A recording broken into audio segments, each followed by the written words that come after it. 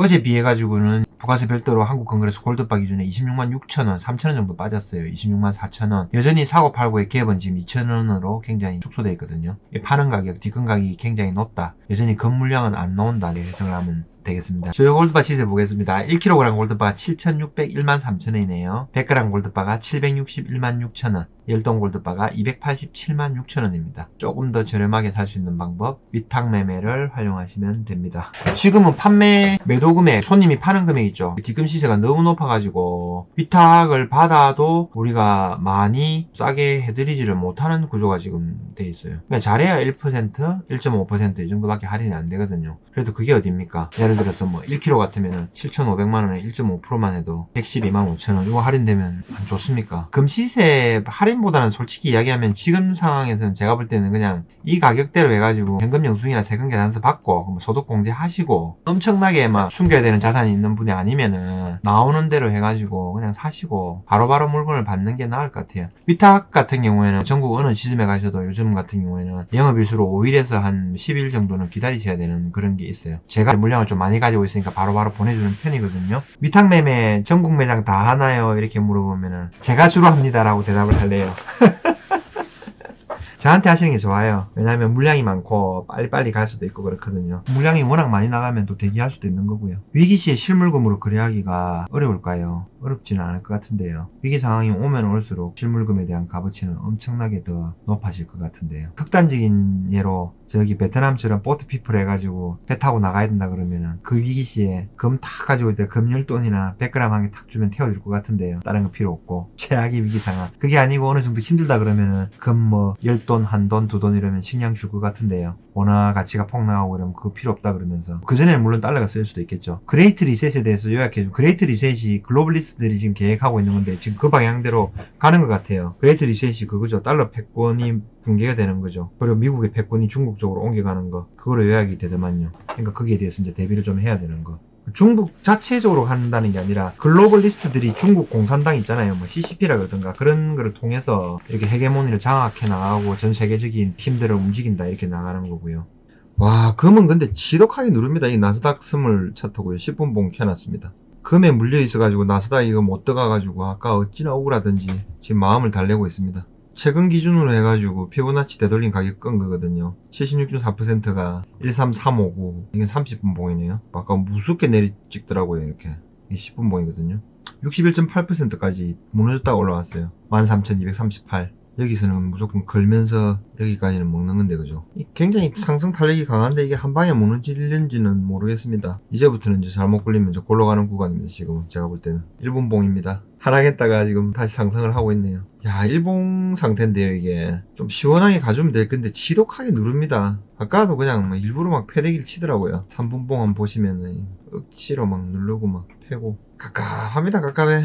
너무 누르니까 이 나스닥 이런 데서 계속 주식시장에서 올라가는 이런 부분들 있잖아요. 이런 부분들이 좀 속상하기도 해요. 근데 뭐 하고 싶으면 또 저거는 또 일정 부분 하락해 있으면 매수를 해놓으면 되니까요. 조선일보에서 나왔고 조선비즈에서 나왔어요. 한번 읽어보겠습니다. 대비를 한번 하셔야 된다는 거죠. 한국은행 국채 직매입으로 손실 보상, 일본식 채무 폭정 유발하나 비판 이렇게 나오는 거죠. 100조 손실보전법. 자영업자들한테 손실을 봤으니까 뭐 최대 70% 어쩌고저쩌고 하면서 월 24조가 들어간대요. 이 4달만 해도 100조가 들어가는 거예요. 이 재원을 어떻게 마련할 거냐. 그렇게 했는데 민주당의 민병덕 더불어당 국회의원이 특별 법안 발의를 한 거예요. 이거 코로나 바이러스 감염증 극복을 위한 손실보상 및 상생에 관한 특별 법안 발의. 돈을 주자는 거예요. 어떻게 돈을 주자는 말이냐면은 민병덕 발의안 논란 불지표 이렇게 나오거든요. 한국은행이 국채를 정부에서 국채를 발행을 해서 한국은행이 직접 매입을 해서 그럼 한국은행이 국채를 매입을 하고 돈을 찍어낼 거 아닙니까? 그 돈을 바로 정부에 넣으라는 거거든요. 기재부라 넣겠죠. 그 돈을 가지고 국민들한테 뿌리겠다는 거예요. 직매입해가지고 뿌리는 건 잘 없거든요. 시장에서 간접적으로 조절한단 말이에요. 한국은행에서 하는 역할이 공개 시장 조작 뭐 이런 걸 통해 가지고 금융권을 통해서 이렇게 하는데 이거는 지금 다이렉트로 하자는 거거든요. 요거는 어느 정도 나라들이 하냐면은 이제 기축통화권에 들어가는 나라들 있죠. 일본이나 유로나 미국에서 하는 행동들이 거든요. 이거를 지금 한국에서 하자는 거예요. 정부 여당에서. 모르겠고 우리나라는 체력이 강하니까 이거 하자. 이제 이렇게 얘기하는 거예요. 굉장히 심각한 내용입니다. 한번 더 읽어보겠습니다. 국고채 10년물 금리가 1.8% 1.8% 육박해서 1년 2개월 내 최고치로 올라갔다 이렇게 나오는 거거든요. 시장선 일제히 비판, 독립성 침해에 이어 인플레 환율까지 불안하다 이렇게 나왔거든요. 요 정도가 굉장히 핵심적인 내용들이에요. 요것만 봐도. 채권을 발행을 해서 한국은행이 직접 매입을 해라 그랬잖아요. 그럼 채권이 엄청나게 나오는 거겠죠. 그럼 채권 가격은 어떻게 돼요? 떨어진단 말이에요. 채권 가격이 싸진단 말이에요. 많이 나오니까. 많이 물량에 내놓으니까 떨어지는 거 아닙니까? 그 채권 가격이 떨어질 거 아닙니까? 채권 가격이 떨어지니까 채권의 값어치는 떨어지고, 그럼 채권 값어치가 한국 국채에 대해서 있잖아요. 채권 값어치가 떨어질 수밖에 없죠. 신뢰도가. 그러면 자연적으로는 금리가 올라갈 수밖에 없는 거예요. 채권 금리가 이제 급등을 하는 거예요. 그런 현상이 일어나는 거죠. 10년물 금리가 1.8% 육박했다 해가지고 지금 채권 금리가 굉장히 급등을 하고 있어요. 이 시장에서 이 경제적으로 바로 직접적으로 연결이 되는 거거든요. 채권 금리 지금 뽑아놓은 거 있거든요. 제가 한번 보여드릴게요. 이게 10년물 한국 채권 수익률이거든요. 이 뉴스예요. 1.78% 이게 나왔잖아요. 그러니까 한국 채권에 대해서 금리가 올라간다, 이자가 높아진다는 거는 한국 국채에 대한 신뢰도가 하락을 한다는 거예요. 그러니까 국채 금리가 이렇게 급등을 하는 거예요. 그 다음 3년물 채권 금리 한번 볼게요. 마찬가지로 급등을 하고 있어요. 그러니까 정부 여당의 지금 방향성이라든지 정책 재정의 방향에 의해서 시장이 급격하게 움직이는 거예요. 잘못하면 이제 골로 가는 거죠. 여기서 이제 머니 게임도 벌어지는 거죠. 국내 선물 움직이는 그거 한번 보여드릴게요. 국내 선물 차트 보면은 요 화면이 잘 보이실는지 모르겠습니다만은 국채 10년물 차트예요.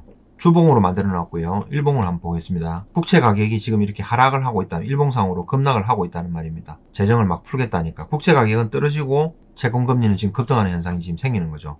이런 식으로 생기면 이제 어떻게 될지를 모르는 거죠. 그냥 대충 생각했는데 아까 보니까 뉴스 나오는 것들이 방향성을 가지고 심각하게 진행이 되더라고요. 이랬든 저랬든 떠나서 다수 의석을 가지고 모든 법안들을 일사천리로 마음대로 막 이렇게 움직이잖아요. 그러면 결국 저거는 또 될 수도 있다고 봐야 되거든요. 그러면 시장의 방향성이라든지 이런 거는 굉장히 조금 조심을 하고 주의 깊게 봐야 된다. 이 부분을 말씀을 드리는 겁니다. 분명히 잘못된 정책인데 우리가 어떻게 바꿀 수는 없잖아요. 그럼 시장의 흐름은 이렇게 가니까 우리는 어떻게 준비를 해야 된다는 관점에서 설명을 드리는 거예요. 누구 욕을 하고 말고 할 게 없이. 그러면은 한국 돈을 무지막지하게 막 찍어내잖아요. 그러면 또 어디서 문제가 생기냐면은 원달러, 달러원 환율 있죠. 여기서도 굉장히 큰 문제가 생기는 거예요. 일봉으로 보면 지금 1100.8원 이렇게 마감을 했는데 환율이 급등할 가능성이 높다는 거예요. 경제방송에서 같은 말 하던가요? 그럼 다행입니다. 보통 경제방송에서는 뭐 돈 버는 얘기만 하잖아요. 환율이 급등할 가능성이 있는 거예요. 엄청나게 원화를 막 찍어내겠다는 얘기는 환율이, 원화 가치가 하락을 하고 불안해질 수 있다는 그런 내용이거든요. 이 뉴스 내용 읽어봐도 굉장히 좋아요. 이 부분은 한번 읽어볼 필요가 있습니다.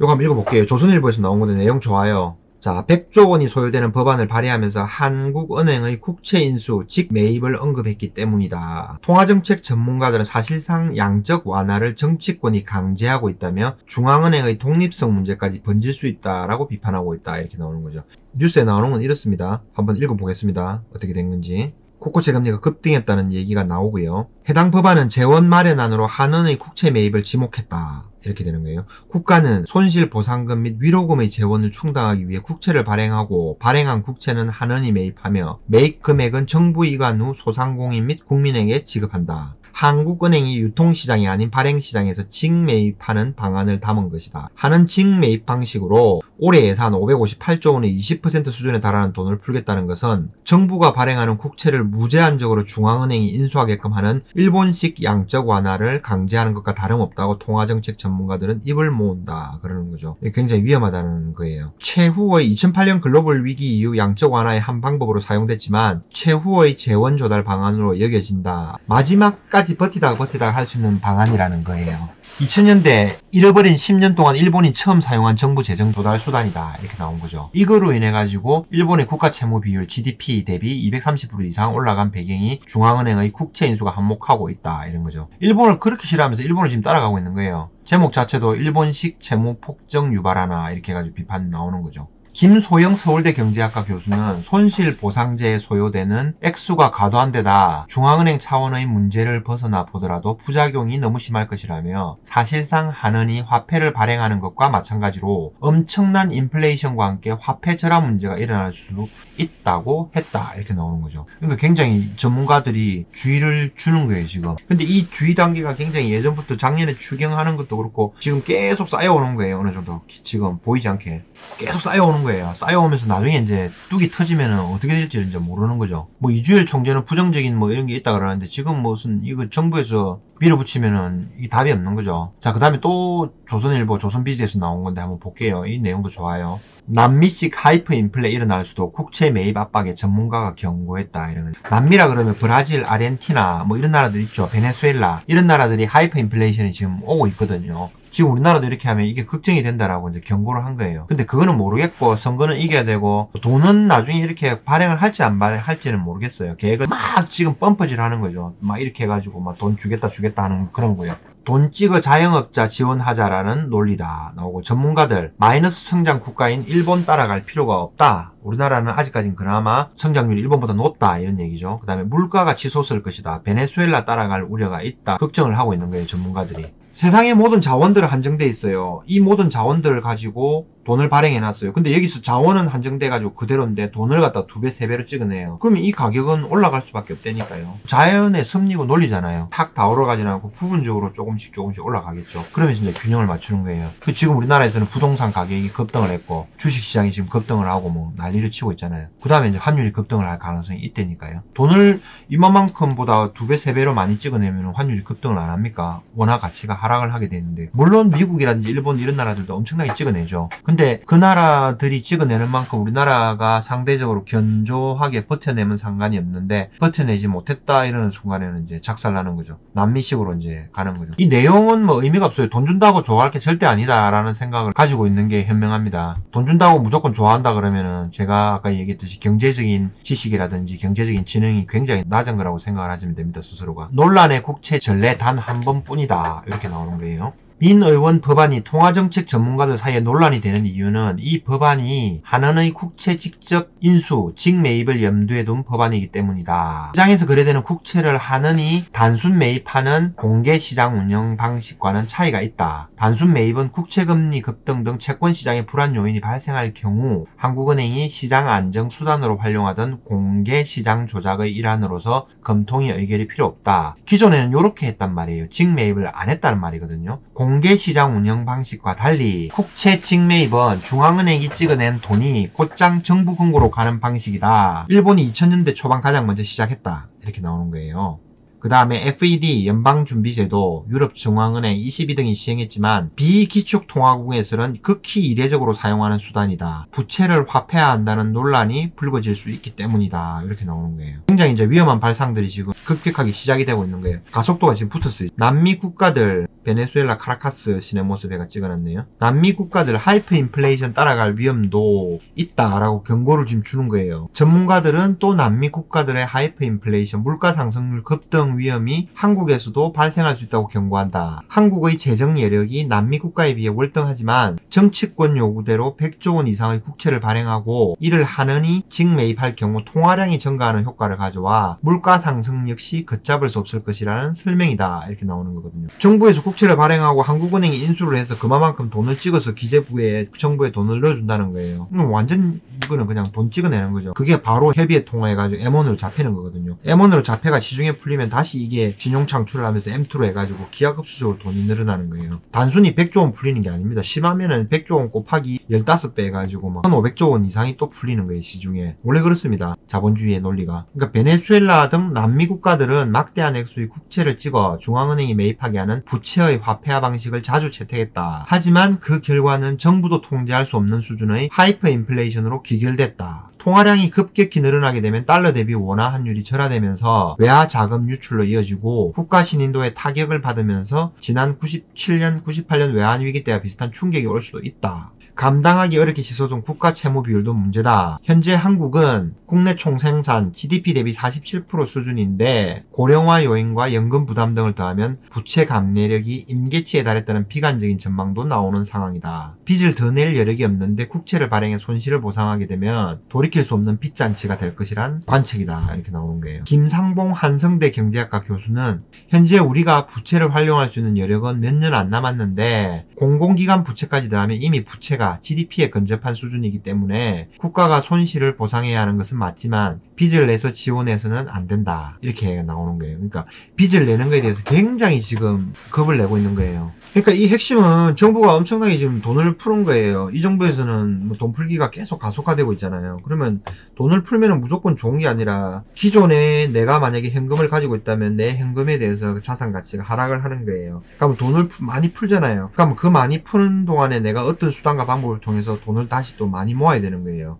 예를 들어서 돈을 엄청나게 풀어가지고 물가가 2배로 상승했다. 그러면은 저는 최소한 뭐 아파트라든지 뭐 금이라든지 예를 들어서 실질적인 실물자산을 그 2배 이상이 되는 거를 빨리 모아야 되는 거죠. 그 머니 게임을 지금 하고 있는 거거든요. 지금 어느 누구나. 문제는 분위기가 장난이 아니에요. 엊그제는 정 총리하고 이낙연 뭐 이렇게 얘기했는데 지금 오늘 보세요. 또 조선일보 뉴스입니다. 문 대통령 자영업자 손실보상제 검토를 지시했다. 재정 감당 범위 내 이렇게 나온 거잖아요. 참 무책임한 말이에요. 재정은 감당을 할 수 있는지 없는지는 아무도 모르고 지금 위험하다고 경고 신호를 주잖아요. 근데 문통이 직접적으로 해가지고 자영업자 손실보상제를 검토를 지시를 한 거예요. 그럼 이거는 어떻게 되겠어요? 될 가능성이 굉장히 많단 말이에요. 돈이 무지막지하게 지금 풀린다는 얘기입니다. 그러니까 여러분들은 이렇게 되는구나 라고 해가지고 준비를 하셔야 돼요. 그게 아니면은 선거용으로 나중에 되기 전에 지금 막 푼다고 막 이렇게 펌프질을 하잖아요. 펌프질 해가지고 희망과 기대에 부풀게 만들어가지고 표를 얻는 거죠. 뭐 누가 당선이 되고 나면 나중에 실제적으로 검토를 해보니까 야 이게 아니더라. 이렇게 될 수가 없더라 하는 그런 내용들 있잖아요. 또 그런 식으로 해가 넘어가 버리는 거죠. 만약에 된다 그러면 굉장히 조심을 해야 되니까 여러분들은 준비를 단단히 하셔야 됩니다. 또 조선일보에 나온 겁니다. 매출 감소 측정 기준도 없는데 당혹스러운 기재부 해가지고 나온 거네요. 손실보전법 관련해가지고 형평성 논란 피하려면 측정 기준이 우선돼야 되는데 이거는 뭐 어떤 사람은 이득을 본 사람도 있고 어떤 사람은 손해를 본 사람도 있고 단순히 매출만 가지고 해야 될 것도 아니고